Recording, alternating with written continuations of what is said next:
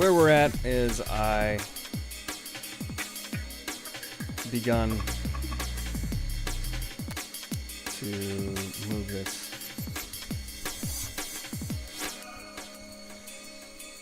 from having game state be a variable that's just hanging out. We added a database element here, which is really cool.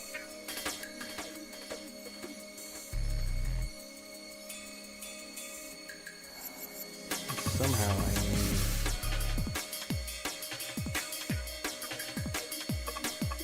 Let's log the socket connection here. Because I want to be able to pull this data here.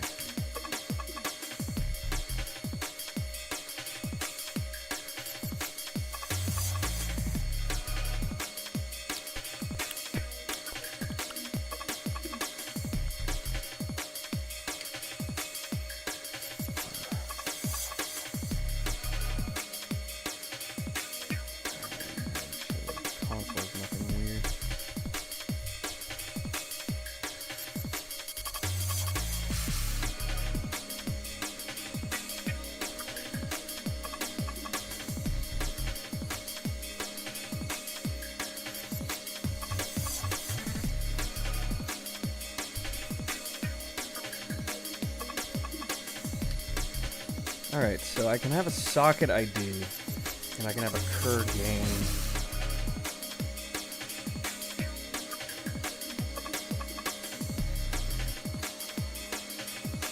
Alright, this makes it a little bit easier, so I'm going to make a new table called player game rel, and this will have a ID, which is not really necessary. I need a socket ID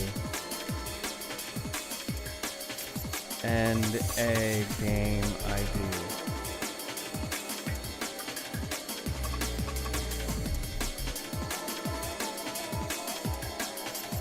If new game. Oh, this is complicated. This is really complicated. So I need to keep track of who's going to what game.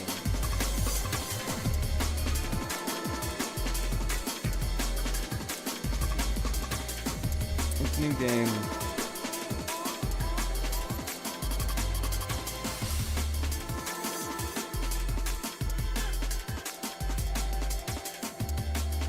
Create new game.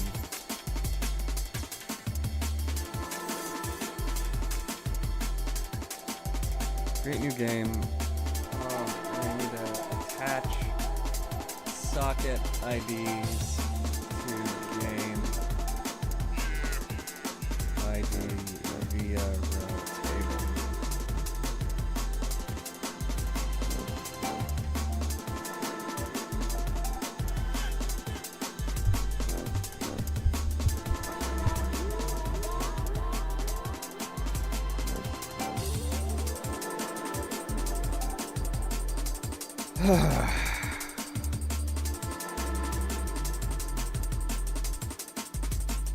On disconnect.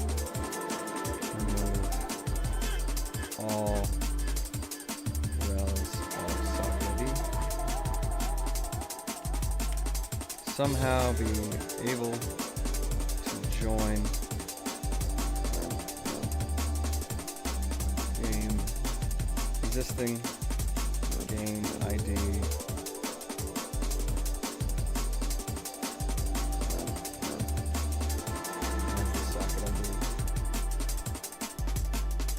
I might want to do auth first, because this is getting kind of gross. And then it'll add a layer of complexity. We're starting to need it.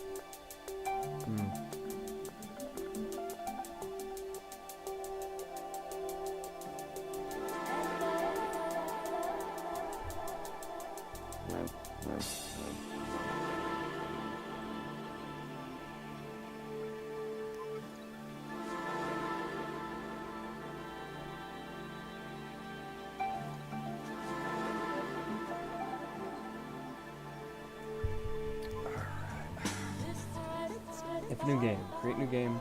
Attach socket ID to game ID review as well. Table. On disconnect. Move all rails.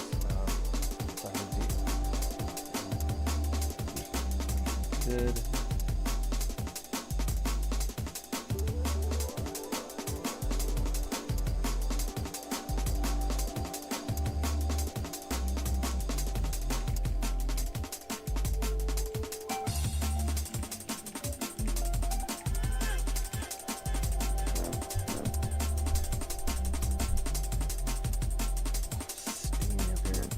Hot. It's the dog days of summer. Oh, I do gotta walk my dog. I might need to chew on this a little bit, but essentially right here, or I might just have a double update there. Start game, initialize game, right here.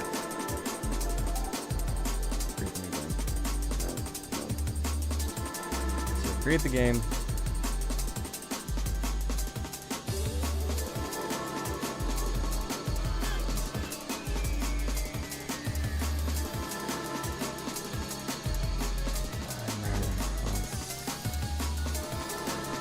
Player.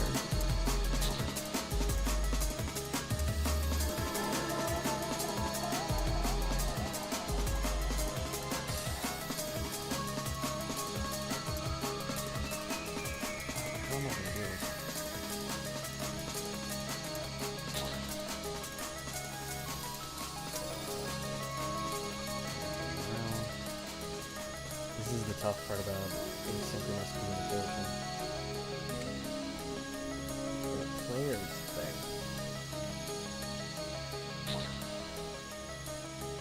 Even this has to be its own thing.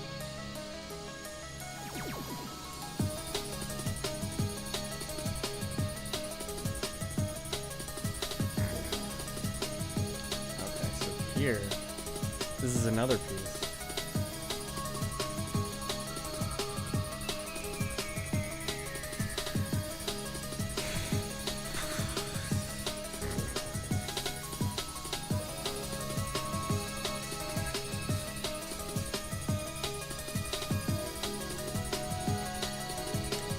I might need a hash.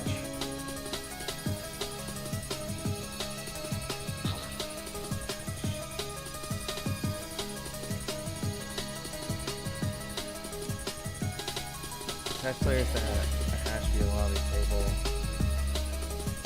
Add hash to game and started. Game table.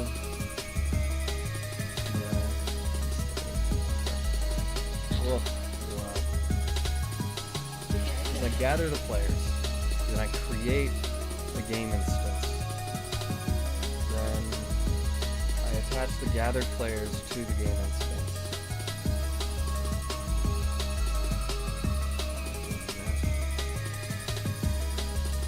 I think that's right.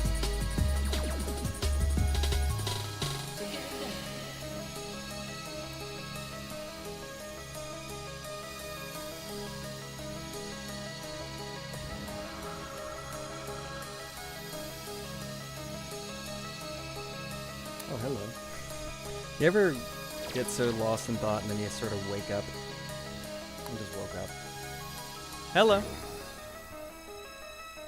Ugh, my brains. Feel like I've been squashed with a frying pan. So this whole thing, this players push, this is a local variable that once again has to get replaced with some sort of database variable, little database data, so I can add persistence. I need persistence so I can have multiple games running at a time. Because right now this game runs exclusively off of local variables, which is not going to last forever. We stripped out Matt today. So all this stuff, these are all actions that occur on the player itself. Cool.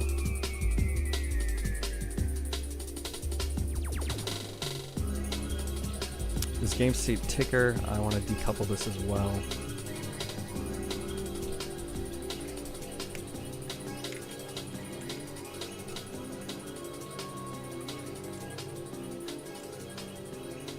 this way. Clear the game state. And I just delete you. How much do you mess with everything? Yeah. Cool. Beep. Array string. Beautiful. So this is something I want to strip out as well, so I can break it down into its own table. And everything that's complaining,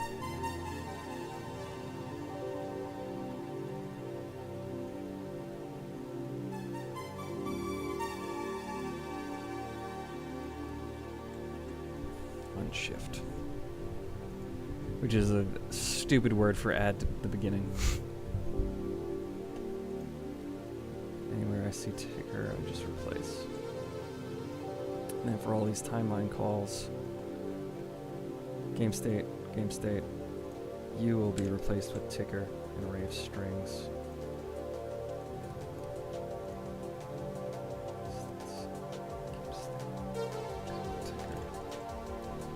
I'm going to add this to all these.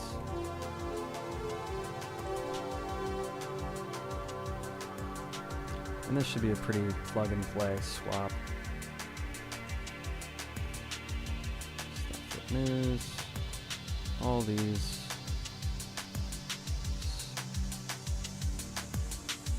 Same thing. I hate how unshift is a add. In what way is undoing something adding something?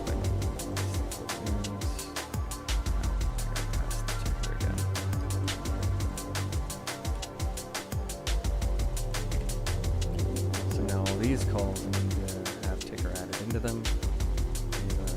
The grids, bookings, drop ticker in there too. Advance, drop ticker in there too. What else? There's gotta be at least one more. That's it. That wasn't too bad. Yeah, 'cause I guess Summit's only ever called from internal. Nice. And now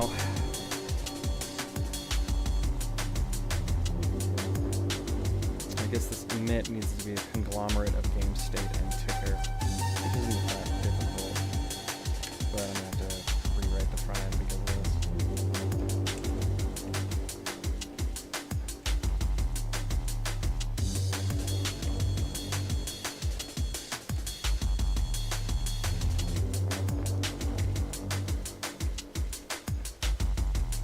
Cool.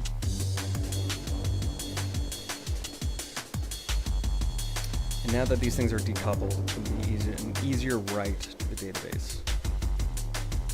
Instead of writing game state and ticker together, they're each in their own databases.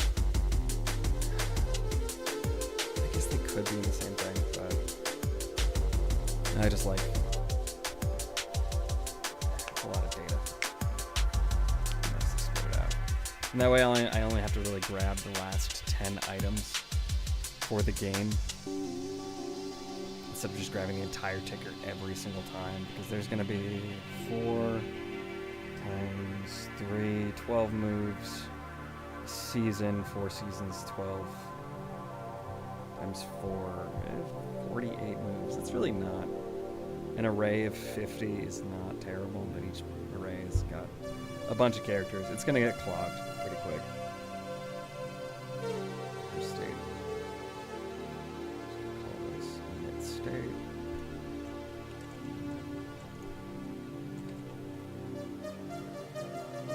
And somehow I want an upsert here. So where game ID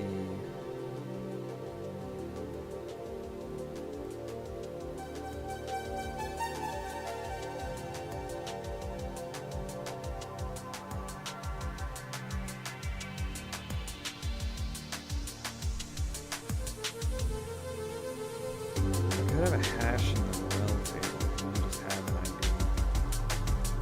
Or I can create a massive random string. And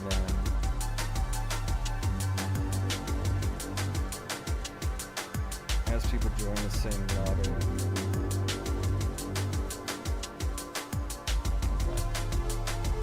where game ID? I think this is the order of operations we need to do.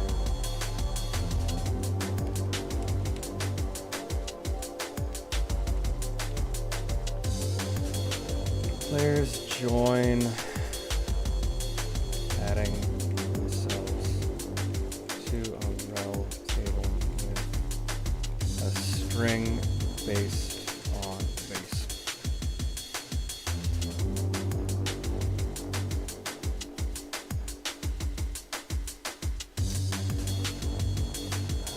String based on the lobby. Randomly generated in URL. Randomly generated and added to URL via query param.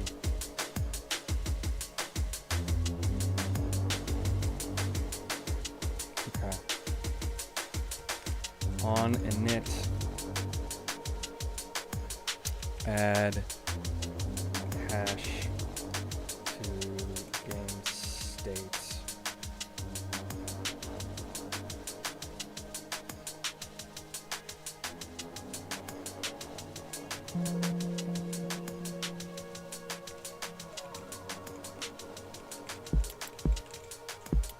I'm just gonna... Hello, Barrow. Welcome to the stream.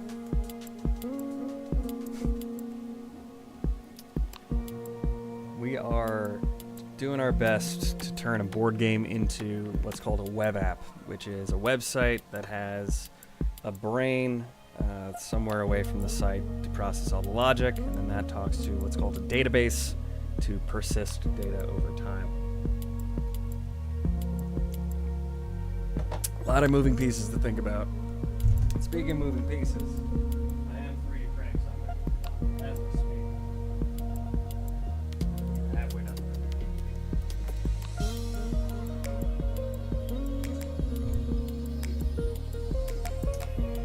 Alright. Cool. So I just need to decouple game state on the front end next.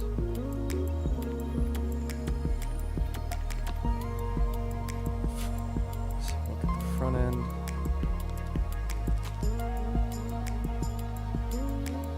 So in app, if I recall correctly,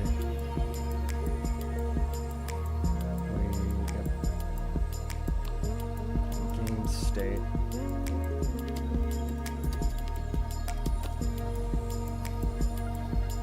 Hi Berlin, I'm from the US of A, East Coast. East Coast, West Coast. Alright, so I think this is all I really need to do. I can break this out into game state. I'll just call this packet or something. But this should come in as game state and ticker. So state.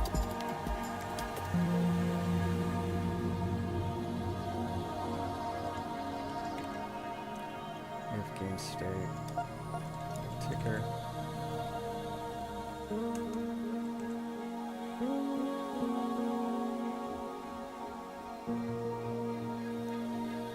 Set game state. So I guess I want set ticker here as well. Set ticker. And I think this is all I need to do.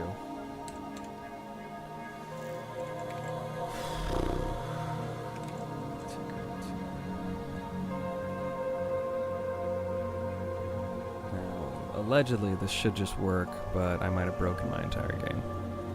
We'll see. Restart the app.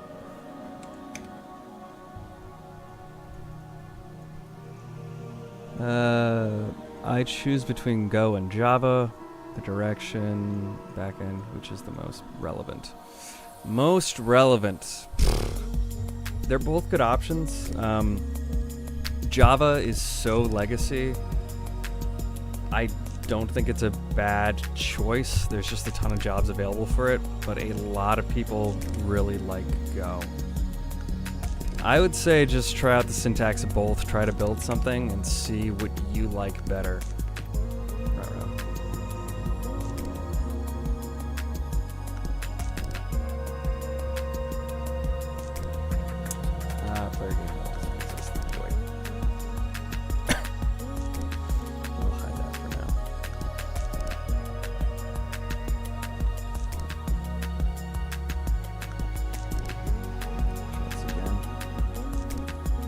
I would probably choose Go.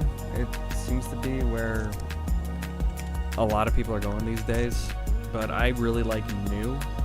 If you want security, if you want job security, Go would probably, not Go, Java might be a better option.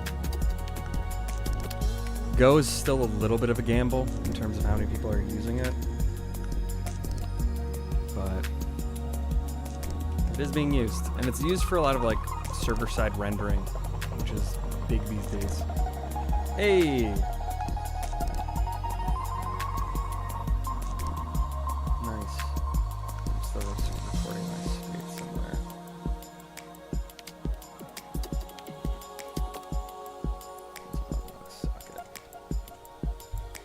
Nice, so I was able to decouple this pretty quick. It's really good news. Battery, pay for it, store energy on the battery. Enter. Cool. Sick.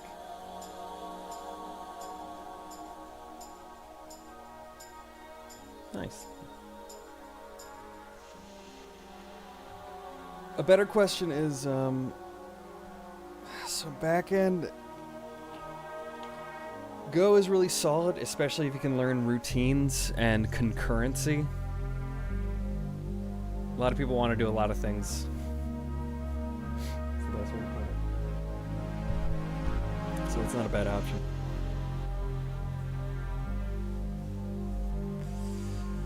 Alright. I'm pretty happy with how far we've made today. We have begun the database structure. Can there be problems with job placement if you choose Go?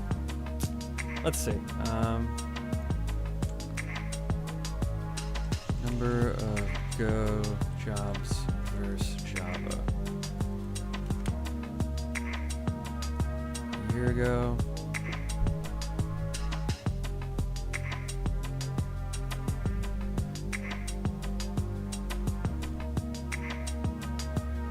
Wait, still, even like a year ago, 3 months ago.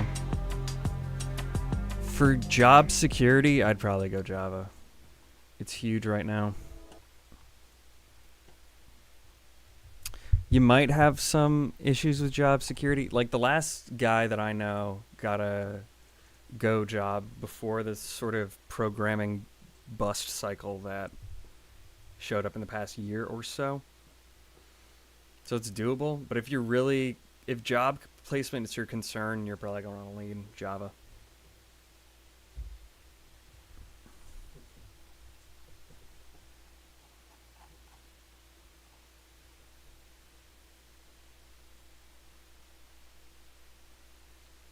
If you're going to learn Go, do it for the love of the game. Ugh, this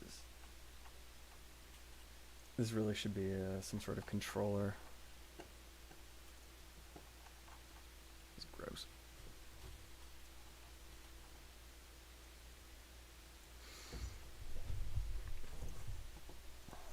So I'm just gonna fudge with my database real quick.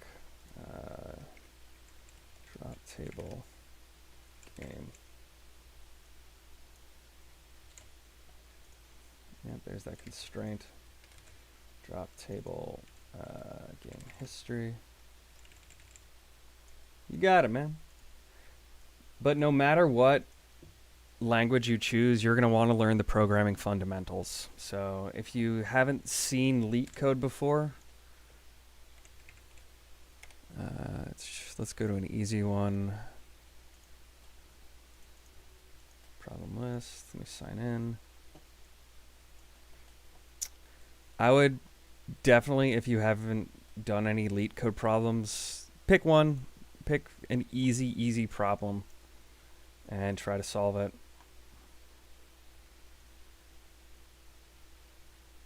Let's try this one.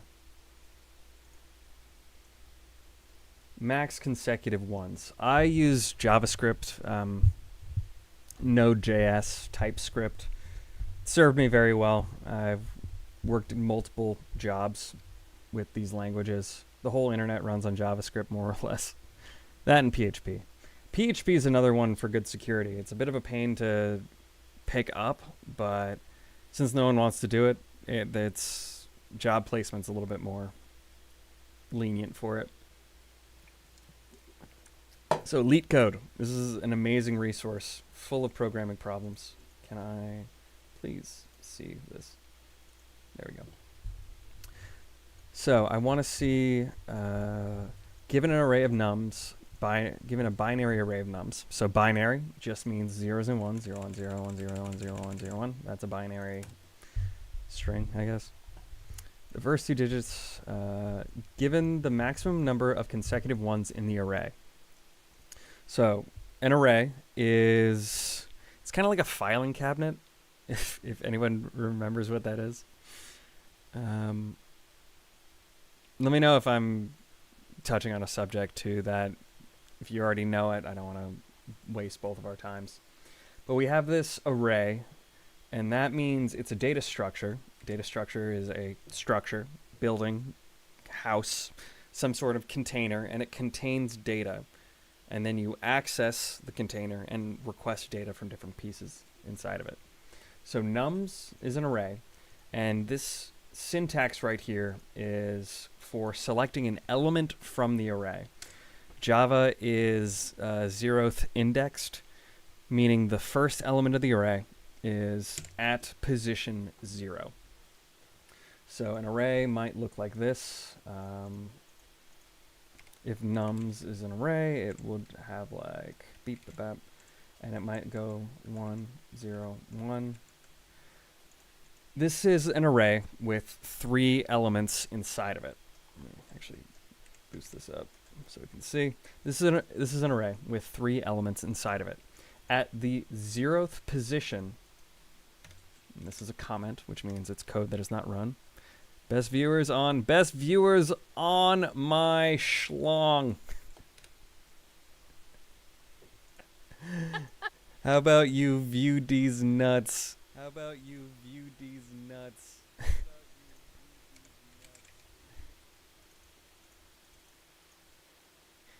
And goodbye. Goodbye. Anyway. So, this is... where's my... This is... Patrick Starr's drum and bass remix. That's amazing. This is an array. This is the 0th position. So if I write nums of 0, that would give me, as the result, 1. Barrow iPhone, hello, if I did not say so already. At the first position, this would be, so this is 0, this is 1. At the first position, we get 0. And then at the second position, this is 0, this is 1, this is 2. We get 1 there. I want to iterate for let I is equal to 0. And this is just one of those things you have to memorize. I is less than nums dot length. I plus plus. This gobbledygook says for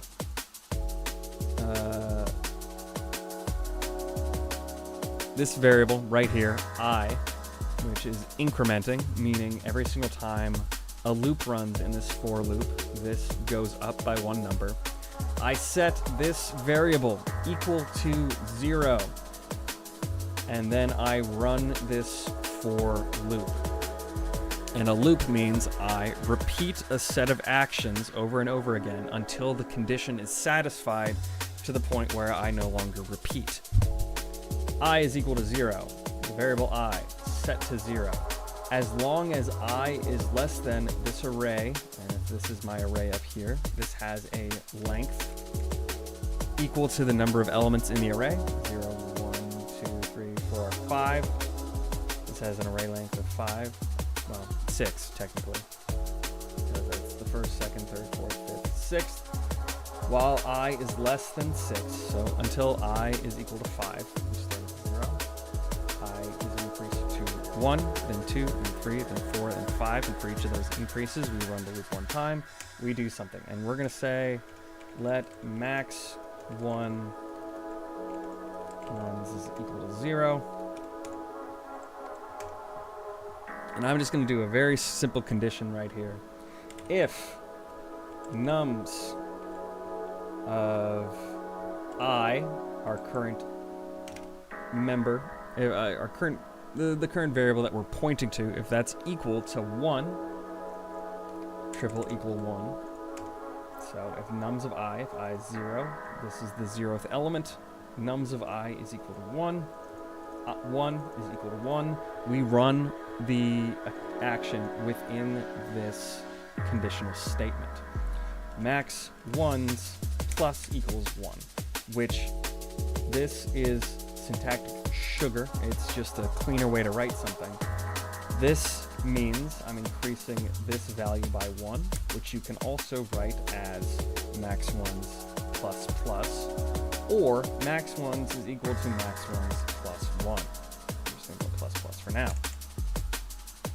Else, meaning nums of I is not equal to 1, we reset. I guess we'll have 2 of these, because we really need 2 counters. Cur1s is equal to 0. Say cur1s. And then we can say math.max, max 1s, cur1s. Then I return max 1s.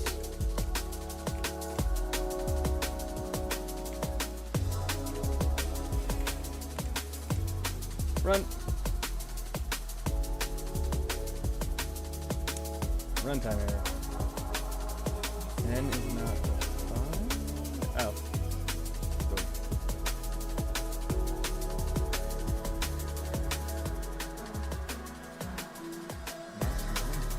Oh.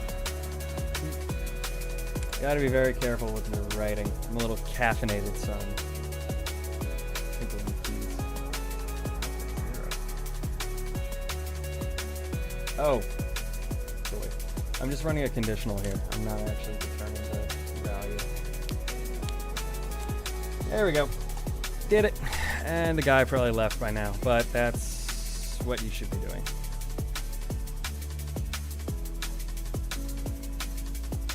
Nice. Pretty well. Cool. I'm going to recreate these tables.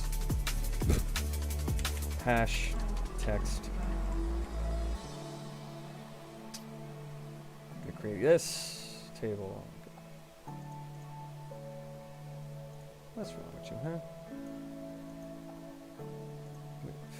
Okay. I guess I didn't highlight the whole thing. And then I want to create table player game rel.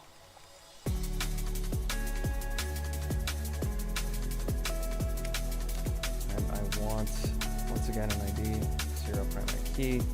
I want a socket ID, text, and I want a create TS, and I want a hash.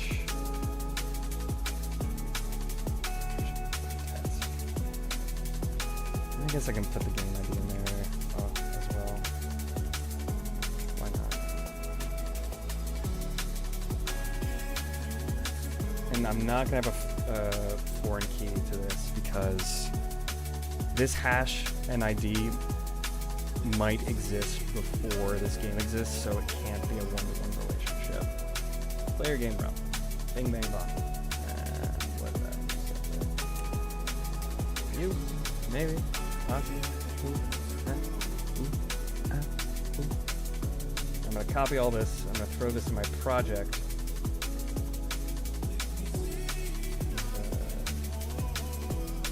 Tables.squeal. Drop that in so I don't lose my progress. Save your stuff as much as you can. Alright, this is a little messy. The driver of your file probably shouldn't be this excessive.